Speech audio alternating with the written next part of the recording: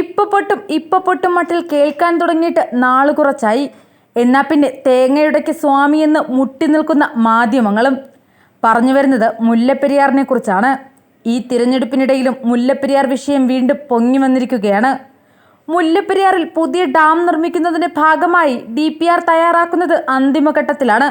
1.5 മാസത്തിനകം DPR പൂർത്തിയാക്കാനാണ് ജലവിഭവ വകുപ്പ് തീരുമാനമെന്നും തമിഴ്നാടിന്റെ അനുമതി ലഭിച്ചാൽ 5 വർഷത്തിനകം മുല്ലപ്പെരിയാറിൽ പുതിയ അണക്കെട്ട് നിർമ്മിക്കാനാകുമെന്നാണ് കേരളം പറയുന്നത്.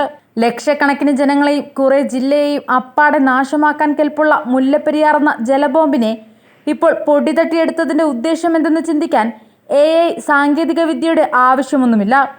ഇടുക്കി ജില്ലയിലെ MLA കൂടിയായ ജലവിഭവ വകുപ്പ് മന്ത്രി റോഷി അഗസ്റ്റിൻ ഇത്രനാൾ ഉറങ്ങുകയായിരുന്നു എന്നുകൂടി ചിന്തിക്കേണ്ടതുണ്ട്. പുതിയ DPR തയ്യാറാക്കിയ ശേഷം കേന്ദ്ര ജല കമ്മീഷന്റെയും കേന്ദ്ര വനം പരിസ്ഥിതി മന്ത്രാലയത്തിന്റെയും അനുമതിക്കായി കേരളം സമർപ്പിക്കും. 1300 കോടി രൂപയാണ് പുതിയ ഡാമിന്റെ എസ്റ്റിമേറ്റ് കണക്കാക്കുന്നത്. ഇടുക്കി ജില്ലയിൽ പീരുമേട് താലൂക്കിൽ കുമളി പഞ്ചായത്തിലാണ് മുല്ലപ്പെരിയാർ അണക്കെട്ട് സ്ഥിതി ചെയ്യുന്നത്. ഇവിടെ നിന്ന് 366 കിലോമീറ്റർ താഴെയാണ് പുതിയ ഡാമിനായി കേരളം സ്ഥലം കണ്ടെത്തിയത്. ഡാമിനായി DPR തയ്യാറാക്കുന്നത് 2ാം തവണയാണ്. ആദ്യ DPR 2011 തയ്യാറാക്കിയത്. ISW ചീഫ് എഞ്ചിനീയർ ചെയർമാനും irrigation design and research board chief engineer vice ചെയർമാനും 10 അംഗങ്ങളും ഉൾപ്പെടുന്ന സമിതിയാണ് DPR തയ്യാറാക്കിയത്. തമിഴ്നാടും കേരളവും സമവായത്തിലെത്തിയാൽ മുല്ലപ്പെരിയാറിൽ പുതിയ ഡാം നിർമ്മിക്കാമെന്ന് സുപ്രീം കോടതി വ്യക്തമാക്കിയിട്ടുണ്ട്. അനുരഞ്ജന പാതയിലൂടെ പുതിയ അണക്കെട്ട് യാഥാർത്ഥ്യമാക്കാമെന്നാണ് കേരളം കരുതുന്നതെങ്കിലും തമിഴ്നാട് കേരളത്തിന്റെ ആവശ്യം ഇതുവരെ അംഗീകരിച്ചിട്ടില്ല. കാലവർഷം കടുക്കുമ്പോൾ മാത്രം നടക്കുന്ന തികച്ചും ആത്മാർത്ഥതയില്ലാത്ത ചർച്ചകൾക്കപ്പുറം ഈ വിഷയത്തിനൊരു ശാശ്വത പരിഹാരം വേണ്ടേ? 126 വർഷം പഴക്കമുള്ള സുർക്കിയും ചുണ്ണാമ്പും കൊണ്ട് പണിതുയർത്തിയ ഒരു അണക്കെട്ടിന് മേൽ ഇത്രയേറെ വാഗ്വാദങ്ങൾ ആവശ്യമുണ്ടോ? തമിഴ്നാടിന് വെള്ളം, കേരളത്തിന് സുരക്ഷ എന്ന ഏറ്റവും ലളിതമായ പരിഹാരം ഇത്രയേറെ നീണ്ടുപോകുന്നത് എന്തുകൊണ്ടാണ്? 1886 തിരുവിതാംകൂർ ദിവാനും മദ്രാസ് സെക്രട്ടറിയുമായി ഒപ്പുവെച്ച 999 വർഷം കാലയളവുള്ള ഒരു ഉടമ്പടിയാണ് മുല്ലപ്പെരിയാർ എന്ന സമസ്യയുടെ തുടക്കം. തമിഴ്നാട്ടിലെ തേനിയിൽ കാർഷിക വൃത്തിക്ക് വേണ്ടി ജലസേചന ആവശ്യപ്രകാരം കേരളത്തിൽ അണക്കെട്ട് നിർമ്മിക്കാൻ 8000 ഏക്കർ വാടകയ്ക്ക് നൽകുന്നതായിരുന്നു കരാർ. ഉടമ്പടി പ്രകാരം തമിഴ്നാടിന് മുല്ലപ്പെരിയാറിൽ നിന്ന് മുല്ലയാറും പെരിയാറും ഒത്തുചേരുന്ന തടം തേനിയിലേക്ക് ജലസേചന ആവശ്യപ്രകാരം വെള്ളം കൊണ്ടുപോകാം. തമിഴ്നാടിന് പരമാധികാരം നൽകുന്ന കരാർ സ്വാതന്ത്ര്യാനന്തരം 1970 മുഖ്യമന്ത്രി C അച്യുതമേനോന്റെ കാലത്ത് ഒന്നുകൂടി പുതുക്കി. വാടക നിരക്ക് പുതുക്കി നിശ്ചയിച്ചു.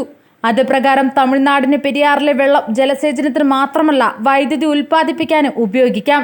സംസ്ഥാന രാജ്യാന്തര അതിർത്തികൾ ഏതു തന്നെ ആയാലും ഭൂമിയും വെള്ളവുമൊക്കെ മനുഷ്യരാശിയുടെ പൊതുസമ്പത്താണെന്ന പരമ്പരാഗത സങ്കല്പമായിരുന്നിരിക്കണം ഒരുപക്ഷെ 999 വർഷം നീണ്ടു നിൽക്കുന്ന ഒരു കരാറിന്റെ പിന്നിൽ. എന്നാൽ ജലസേചനത്തിന് വെള്ളം നൽകുമ്പോൾ തന്നെ അതിന് പിന്നിലുള്ള സുരക്ഷാ വശങ്ങൾക്ക് നേരെ കണ്ണടയ്ക്കാനാകില്ല. 1979 മുതൽ കേരളം ചർച്ച ചെയ്തു തുടങ്ങിയതാണ് മുല്ലപ്പെരിയാറിന്റെ സുരക്ഷയെക്കുറിച്ച്.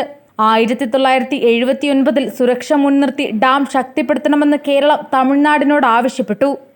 മാത്രമല്ല ഡാമിന്റെ സുരക്ഷ പരിശോധിക്കാൻ വിദഗ്ധ സംഘത്തെ അയക്കണമെന്നും കേരളം കേന്ദ്ര ജല കമ്മീഷനോട് ആവശ്യപ്പെട്ടു.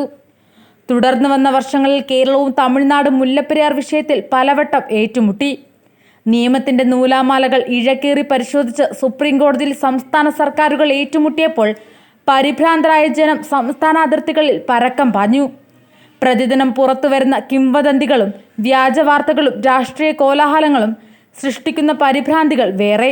പലപ്പോഴും മാറി മാറി വരുന്ന രാഷ്ട്രീയ നേതൃത്വങ്ങളുടെ നിരുത്തരവാദപരമായ പ്രസ്താവനകൾക്കും ചുക്കും ചുണ്ണാമ്പും തിരിച്ചറിയാത്ത ചില സെലിബ്രിറ്റികളുടെ ജൽപ്പനകൾക്കുമപ്പുറം വിഷയത്തിൽ ശാസ്ത്രീയമായ ഇടപെടലുകൾ അധികം ഉണ്ടായിട്ടില്ല. കേരളത്തിന്റെ നിരന്തരമായ വാദങ്ങളും ജലനിരപ്പ് 136 അടിയിൽ നിർത്തണമെന്ന ആവശ്യവും തള്ളിക്കൊണ്ട് മുല്ലപ്പെരിയാറിലെ ജലനിരപ്പ് 142 അടിയായി ഉയർത്തണമെന്ന തമിഴ്നാടിന്റെ ആവശ്യം 2006 സുപ്രീം കോടതി അനുവദിച്ചു. കേരളം അതിനെതിരെ നിയമനിർമ്മാണം നടത്തിയെങ്കിലും കോടതി അത് തള്ളിക്കളഞ്ഞു.